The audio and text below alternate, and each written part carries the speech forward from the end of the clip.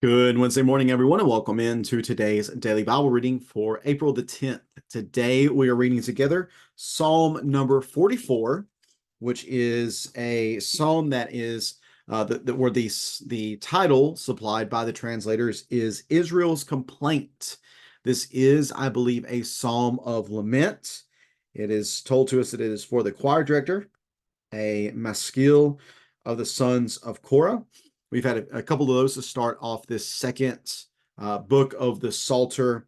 And where normally up until this point, the lament has been on an individual basis, this seems to be more of a communal lament. This is the entirety of Israel lamenting to God about their current situation.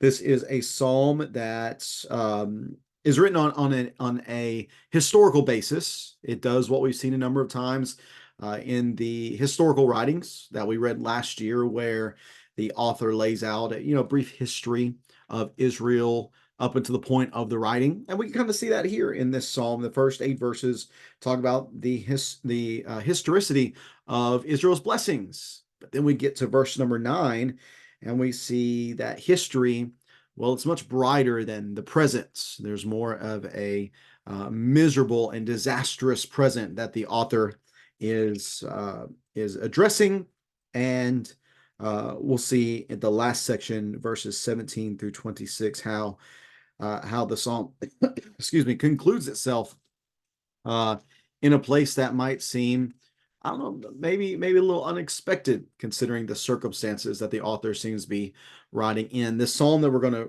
read today here, Psalm 44, we do not have any certainty about the historical setting of it. Some would say this might be an exilic psalm, meaning a psalm looking back during the time of the exile, about the events leading up to the exile. Maybe that's not the case. We're just not certain. There might be a few different points in history that this psalm could find itself. But nevertheless, let me get the text up on the screen. Psalm number 44. I will read along together here. Psalm 44, beginning in verse number 1. Psalm 44 in verse number 1.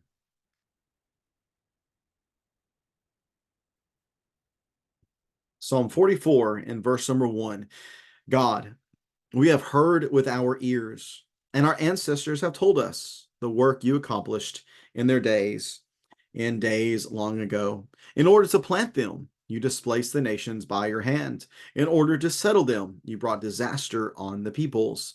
For they did not take the land by their sword, and their arm did not bring them victory, but by your right hand, your arm, and the light of your face, because you were favorable toward them. You are my king, my God, who ordains victories for Jacob. Through you we drive back our foes. Through your name we trample our enemies. For I do not trust in my bow, and my sword does not bring me victory. But you give us victory over our foes, and let those who hate us be disgraced. We boast in God all day long. We will praise your name forever. Selah. But you have rejected and humiliated us. You do not march out with our armies. You make us retreat from the foe, and those who hate us have taken plunder for themselves. You hand us over to be eaten like sheep and scatter us among the nations. You sell your people for nothing. You make no profit from selling them. You make us an object of reproach to our neighbors, a source of mockery and ridicule to those around us. You make us a joke among the nations, a laughing stock among the peoples. My disgrace is before me all day long, and shame has covered my face, because of the taunts of the scorner and reviler, because of the enemy and the avenger.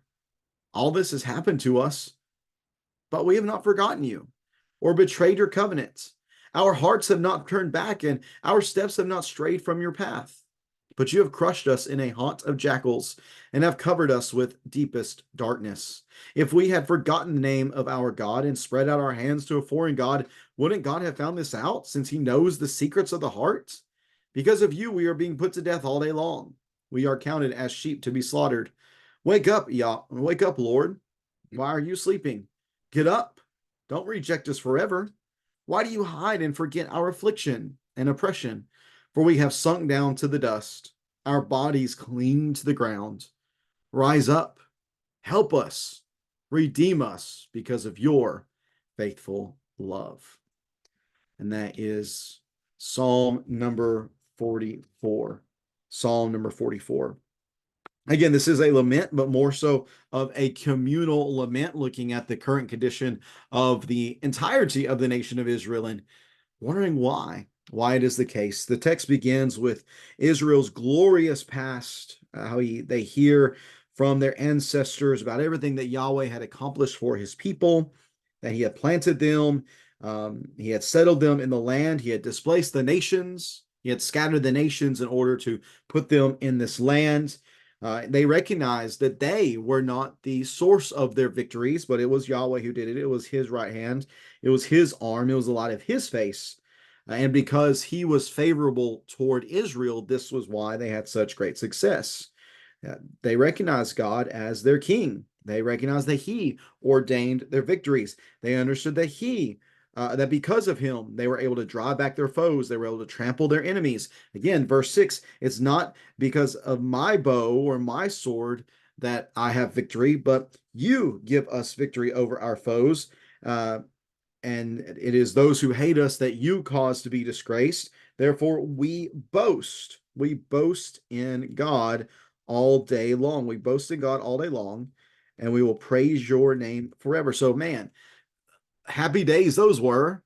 How great it is to be able to reflect on the glorious past of their ancestors and how Yahweh had been so good to them and had given them such great victories, and how the situation that they found themselves in was certainly a favorable one, a positive situation.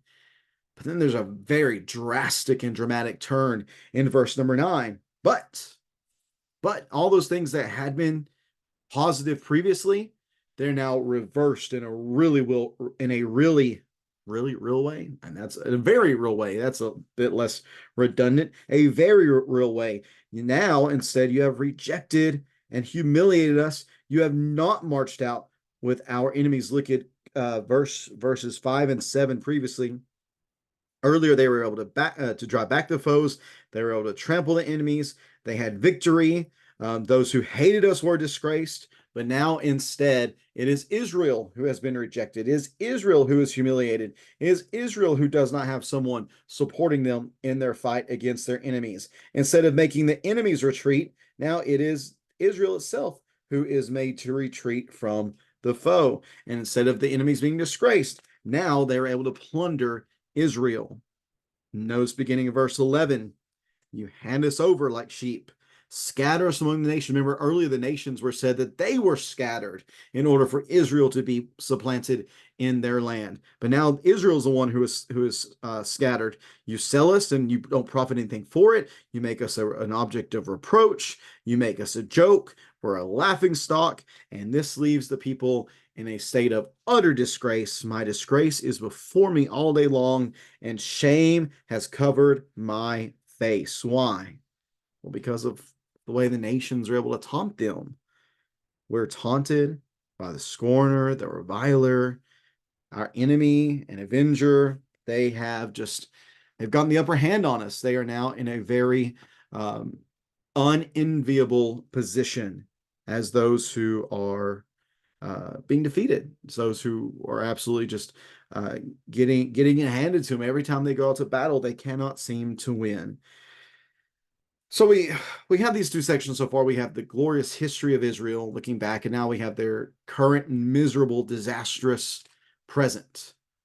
What gives? What gives? The reality is this psalm doesn't really tell us why. And it seems as if the author of this psalm, he doesn't know why. He doesn't seem to understand why the past is not continuing into the present. His claim and his protest here in verses 17 to 18 is that, we haven't done anything to deserve this. All of this has happened to us, but we have not forgotten you or betrayed your covenant. Our hearts have not turned back, and our steps have not strayed from your path. We have not forgotten. We have not betrayed you. We have not turned back. We have not strayed. But still, even though this is the claim, even though this is his billings at least, which again, I want to suggest to you that we are not always the best at understanding our current circumstances. That's the reason why God had to send the prophets so often. He sent the prophets to tell them the true reality, the 2020 version of reality, the way God sees it, not the way they perceived. I'm not saying that's what the author is doing here, but I am just recognizing that this is a real honest wrestling with reality. He's just not understanding why this is taking place, why they are now on the defeated side instead of the victorious side. You have crushed us in a haunt of jackals. You have covered us in deepest darkness. Verse 20, if we had forgotten the name of our God, and if we had spread out our hands to foreign gods, wouldn't you know this? Since you know the secrets of the heart, but because of you, we are being put to death all day long. We are counted as sheep to be slaughtered. He doesn't know why this is taking place, it seems. He's confused by the current situation. Because from his perspective, they haven't done anything to deserve this. You would imagine at this point the author would probably say, well, God's abandoned us for not doing anything wrong, and I am going to turn to someone else for refuge. I am going to turn to someone else for deliverance. But he doesn't do that. Notice the end, the last 4 verses, he continues to turn to God. Wake up, Yahweh. Why are you sleeping? Get up. Don't reject us forever. Why do you hide and forget our affliction? Verse 23, we're in the worst spot possible. We've sunk down to the dust. Our bodies cling to the ground. But please again, rise up and help us. But notice what these requests rest upon. They rest upon this unchanging reality. Redeem us because of your faithful love. Even though the author is confused, even though the author is befuddled by the current circumstances, again, from his perspective, they haven't done anything that deserves this type of punishment. He still, though, even with all this being a reality, he is not going to budge from still going to Yahweh, still putting his confidence in Yahweh's faithful love, in his hesed, in his covenant love. He's not going to waver from having confidence and trust that aspect of who Yahweh is will win out in the end. And what a tremendous example this is for us, that even if we have no idea why terrible things are happening, we can still have great confidence in Yahweh's love. We can still go to him instead of denying him, instead of being spiteful toward him for allowing us to be in this situation. Instead of blaming him, the author goes to Yahweh. And friends, that's what we must do as well. We must not blame. We must not be spiteful. We must not lack trust or lack hope. But we simply need to turn to Yahweh, be even more resolved to stand strongly upon the rock that he is, and know that in the end, it is his faithful love that will shine through. If you have any questions or comments about this psalm here, Psalm 44, please feel free to leave that in the comment section below. And I do appreciate you taking some time reading along with me on this Wednesday.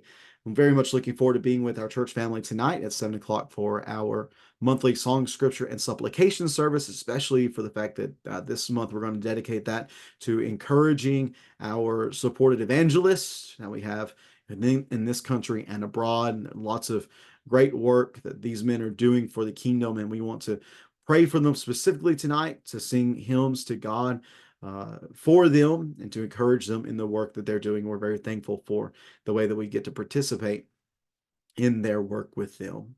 Hope to see you then for our local church family.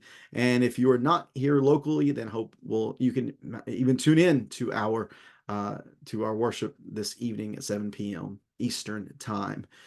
We will be back at it reading together on Friday, Psalm 45, a royal wedding song. Be a little bit different than what we've seen these first 3 psalms of the second book. So looking forward to reading that with you on Friday, Psalm 45, a royal wedding psalm or song. Hope to see you then. Take care and God bless.